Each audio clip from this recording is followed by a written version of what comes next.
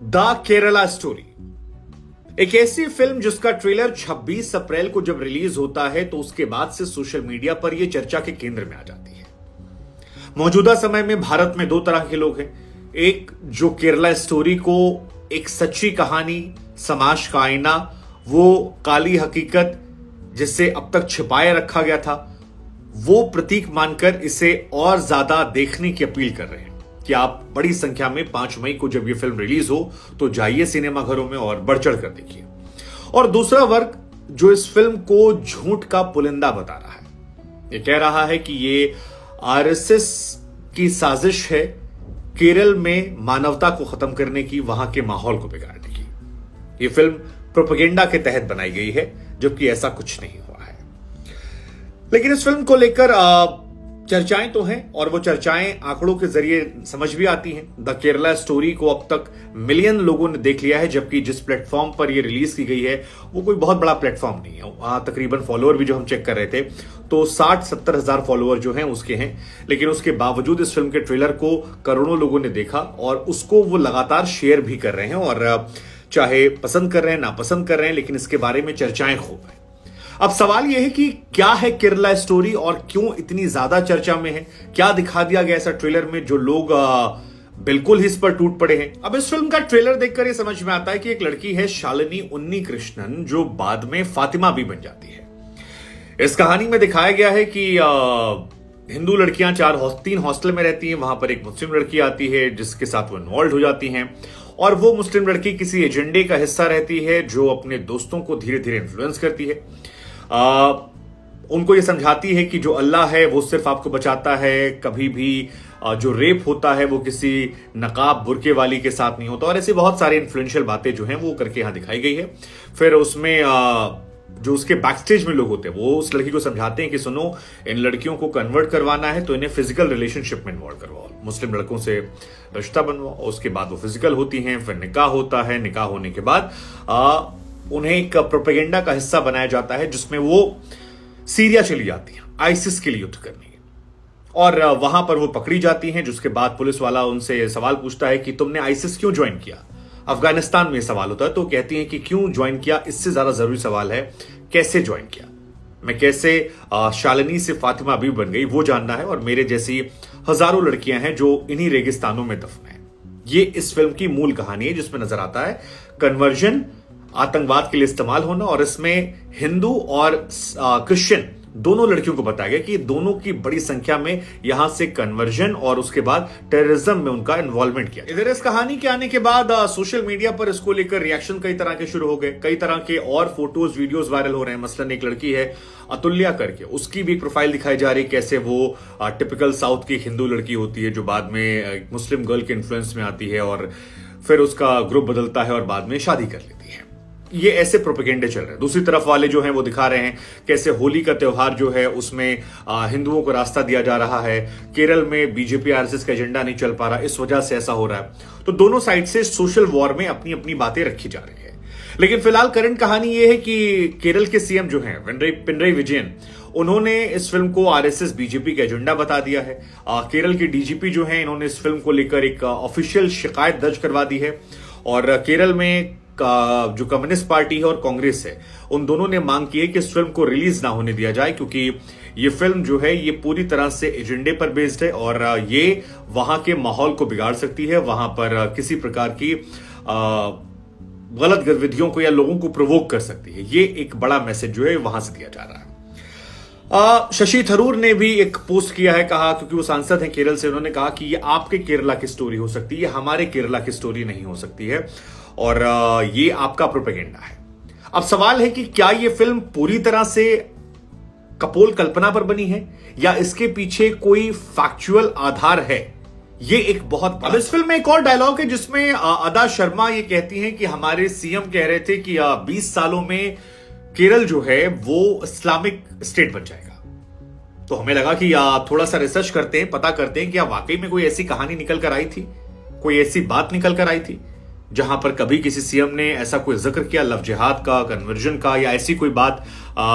तो जब इतिहास में आप जाते हैं तो आपको ओमान चांडी, जो इससे पहले यहां के सीएम हुआ करते थे, उन्होंने अपने कार्यकाल के दौरान एक बार कन्वर्जन के आंकड़ों को सदन में रखा था। 2006 से 2012 के दौरान 7,713 लोगों ने इस्लाम धर्म कबूल किया था। यह बात उन्होंने फैक्चुअली डेटा के साथ रखी थी।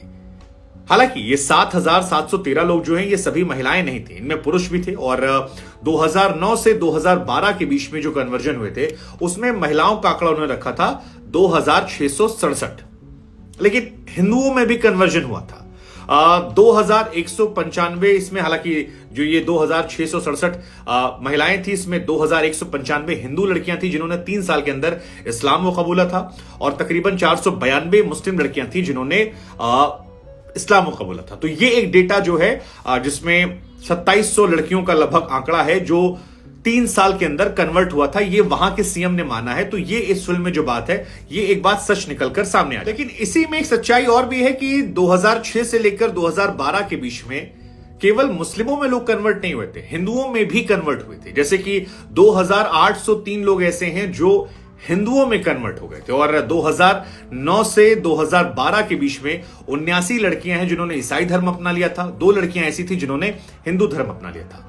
तो कन्वर्जन जो है वो हिंदुओं में भी हुआ है, हालांकि वो मुस्लिमों के कन्वर्जन के हिसाब से बहुत छोटा है, वहां थोड़ा ज्यादा है।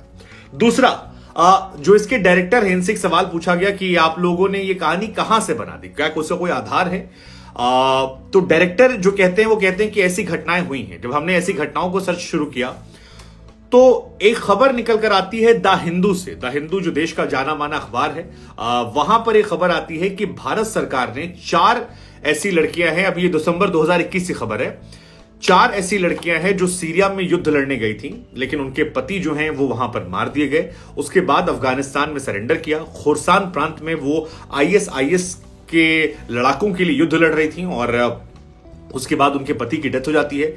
उन्हें अफगानिस्तान की जेल में रख लिया जाता है और वो भारत वापस आना चाहती हैं, लेकिन इंडियन गवर्नमेंट ने मना कर दिया है कि इन 4 लड़कियों को जो कन्वर्ट हुई हैं, बाद में वहां लड़ाई लड़ रही थी, उनको हम अपने देश में एक्सेप्ट नहीं करेंगे।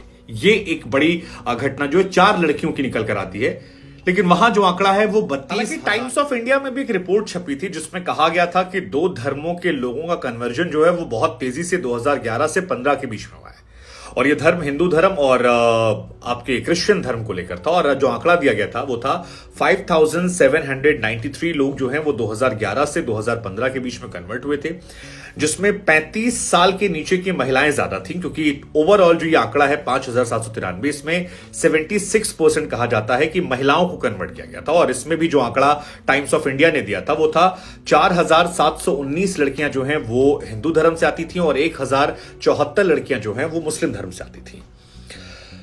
ये आंकड़ा टाइम्स ऑफ इंडिया की तरफ से, और जिस एजेंसी के हवाले से उन्होंने खबर छापी थी उसमें ये कहा था कि ये आंकड़ा और ज्यादा बड़ा हो सकता है। और यही बात जो है ये इस फिल्म के डायरेक्टर, प्रोड्यूसर और एक्ट्रेस अदा शर्मा कहती हुई नजर आ रही है। हालांकि केरल गवर्नमेंट, कांग्रेस इस बात का खुलकर खंडन कर रही है, विरोध कर रही है। अब ये प्रोपेगेंडा है या रियल कहानी या माहौल खराब करने की कोशिश, ये हम आप पर छोड़ देते हैं। हमारी कोशिश थी कि जो फैक्ट्स हैं वो आपके पास रखे जाएं, इन फैक्ट्स के जरिए आपको जानकारियां दी जाए। हालांकि इस फिल्म के डायरेक्टर का कहना है कि ये फिल्म इस्लाम धर्म के खिलाफ नहीं है, ये फिल्म जो है ये टेररिज्म के खिलाफ है, क्योंकि टेररिज्म में, जिन देशों में टेररिज्म हुआ वहां पर मारने वाले भी वही थे, मरने वाले भी वही थे, तो इसे उस विक्टिम की नजर देखा जाए। खैर, एक बात महत्वपूर्ण आपको और बता दें, कई मुस्लिम संगठन ऐसे हैं जिन्होंने केरल में यह दावा किया है कि अगर ये कहानियां सच्ची हैं तो वो सबूत ला कर दें, साबित करें कि ऐसा कुछ हुआ है, और उन्हें वो 1 करोड़ रुपए का इनाम देंगे अगर वो साबित कर देते हैं कि ऐसी घटनाएं वहां हुई हैं या हो रही हैं या इस तरह से हो रही हैं। दूसरा, एक्ट्रेस अदा शर्मा तमाम अपने सोशल इंटरव्यूज में कह रही हैं कि उन्होंने ऐसी लड़कियों से मुलाकात की है और निजी तौर पर मुलाकात करने के बाद ही इस स्टोरी को उन्होंने पिक किया और उसके बाद इस पर वो काम कर रही हैं। हालांकि वो ये भी कह रही कि उन्हें ऑनलाइन थ्रेट्स जो हैं वो लगातार मिल रहे हैं, धमकियां दी जा रही हैं, उन्हें कई तरह की दी जा रही हैं। तीसरी बात, स्कूल कॉलेजेस में कई जगह देखने को मिला है कि छोटी छोटी घटनाएं, छोटे छोटे विवाद होने लगे हैं, जहां पर कॉलेज के ग्रुप्स में लोग डाल रहे हैं और प्रमोट कर रहे हैं, कई लोग उसका विरोध कर रहे हैं, माहौल थोड़ा सा खराब हो रहा है, ये नजर आ रहा है। तो यही वजह शायद थी कि मैं इस वीडियो को बनाने से हिचक भी रहा था, क्योंकि इस वीडियो को बनाने के बाद मुझे ये पता है कि बैशिंग बहुत तेज होने वाली है, लोग आपस में कमेंट सेक्शन में लड़ने वाले हैं। मेरी कोशिश थी कि फैक्ट के जरिए समझाया जाए, बताया जाए, लेकिन आपको भी ये समझना है कि अपना व्यू रखना अलग बात है और व्यू के आधार पर पूरे कम्युनिटी को टारगेट करना, चाहे वो हिंदू धर्म हो, क्रिश्चियन हो या फिर मुस्लिम धर्म हो, वो सही बात नहीं है। इस 32,000 के आंकड़े को लेकर सवाल है, लेकिन ये घटनाएं जो हैं क्या ये भी सवालों घेरे में है? उम्मीद है जांच एजेंसियां जांच करेंगी, सच